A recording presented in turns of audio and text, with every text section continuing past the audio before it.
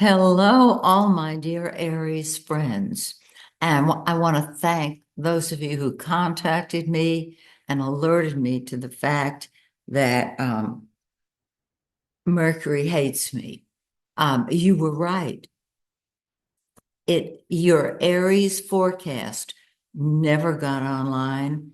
I had trouble with my computer, but everything seemed to be working beautifully because everybody else got their forecast and you didn't. So now I'm going to make up for that and give you your personal forecast for November.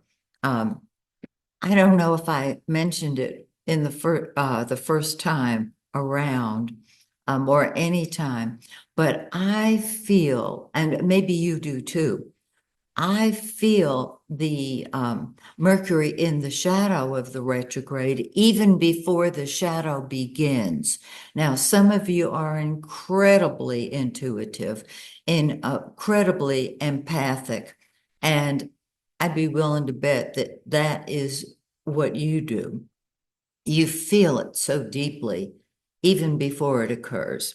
So, here is your forecast, my dear Aries friends, and I'm going to make sure this thing arrives if I have to send it to your house. All right, let's look and see what's going on here. Well, first of all, um, Mercury is supposed to go into the shadow, and it will, the shadow of the retrograde on the 7th. Well, that's a few days from today. And I'm sure some of you, based on what I've heard from many of you, are kind of feeling that already. So, no, you're not crazy. You're just very sensitive to planetary movement, probably to people's emotions, etc. So, Mercury will go retrograde on the 26th, just right around Thanksgiving, just in time. Now, you know that when it goes retrograde, you do not start a new project. You tie up the loose ends of unfinished projects because anything begun during a retrograde Mercury either fizzles out completely or has to be redone within the year. I know that from personal experience because I've tried it. It always wins. Okay, so let's start with the sun, the giver of life. It has been sitting in your eighth house of transformation, transmutation. You're asking questions about yourself. Who am I? What do I want to be when I grow up? Stuff like that. And on the 21st, the sun moves into your ninth house. And that's when you see the big picture. You've already gotten your answers. And the eighth house is also joint financial arrangements. Whether you're investing in stocks, it does, or you actually have a business partner, anything involved with other people's money. You've learned a lot. And on the 21st, the sun moves into your ninth house, which is traditionally ruled by Sagittarius, and you see options you didn't know you had. You see the big picture, and you are ready to spread your wings and soar.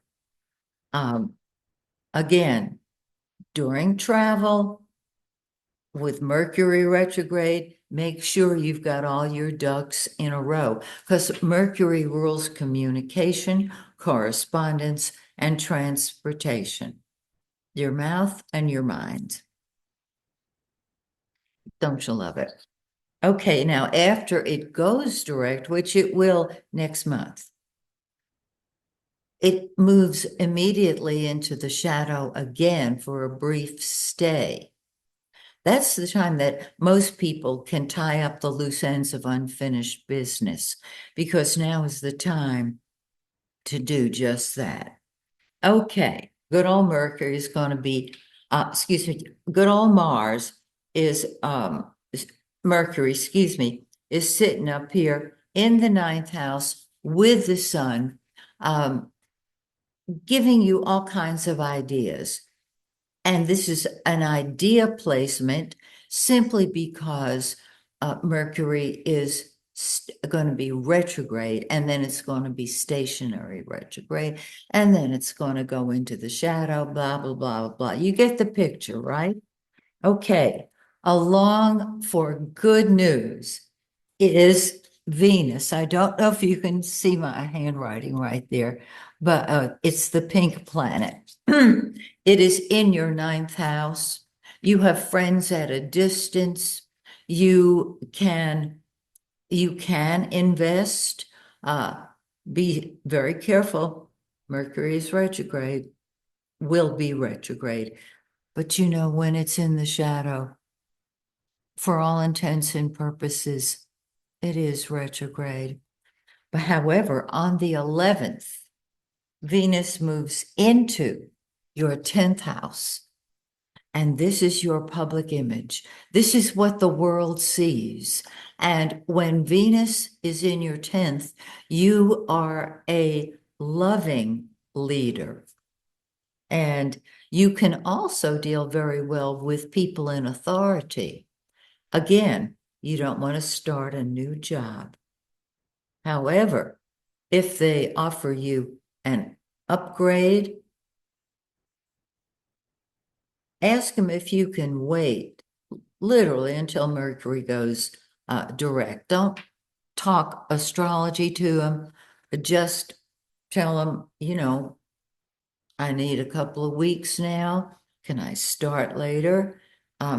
They will give you that because they love you. They love you in a position of authority.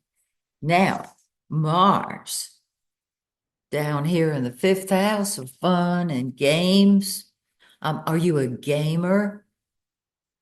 Thank goodness, because you've got fun stuff to do. Some of the new games that are out are amazing to me. A dear friend of mine is really involved with gaming and loves it. So he's sharing his experience. I'm blown away.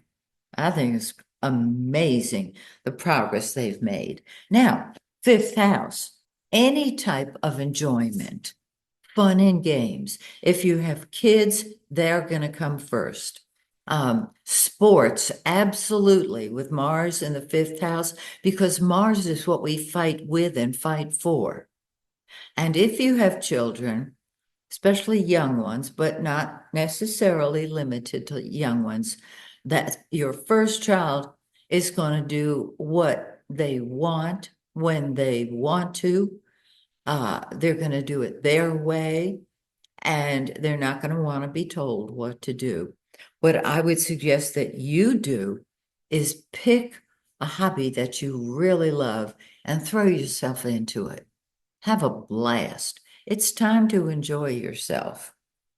And good old Jupiter down here in the third house, even though it is retrograde and will stay retrograde for a couple of months after we get into 2025, it is still the greater benefic. And it opens your mind, but it does more than that. I'm looking for the right word. You're able to see the truth about what is really going on, and you're able to express it, whether it's politics, whether it's about a relative, your ability to express the truth on all subjects is very strong, and it will continue to be strong while Jupiter is still in that third house, which it will be in the first few months of 2025. Now, we already had a new moon on the 1st, which was just a couple of days ago, and it was in your eighth house. Now, I know traditionally the eighth house is transformation. It's the psychic realm. It's joint finances. To me, it's also a rebirth. And this is a great time to get clarity on how you want to invest, where you want to invest, etc. I would avoid investing in new stocks or new bonds while Mercury is retrograde. And considering how some people are very sensitive to Mercury in the shadow, you might want to just kind of chill until after Mercury goes direct. Now, what's going to happen then? Well, the full moon, which is when everything comes to a head, is on the 15th of the month in 24 Taurus. The new moon, by the way, was in 9.5 of Scorpio. So this is you being a detective, particularly when it comes to finding out about joint financial ventures. The full moon is about your income. I love it. I love it.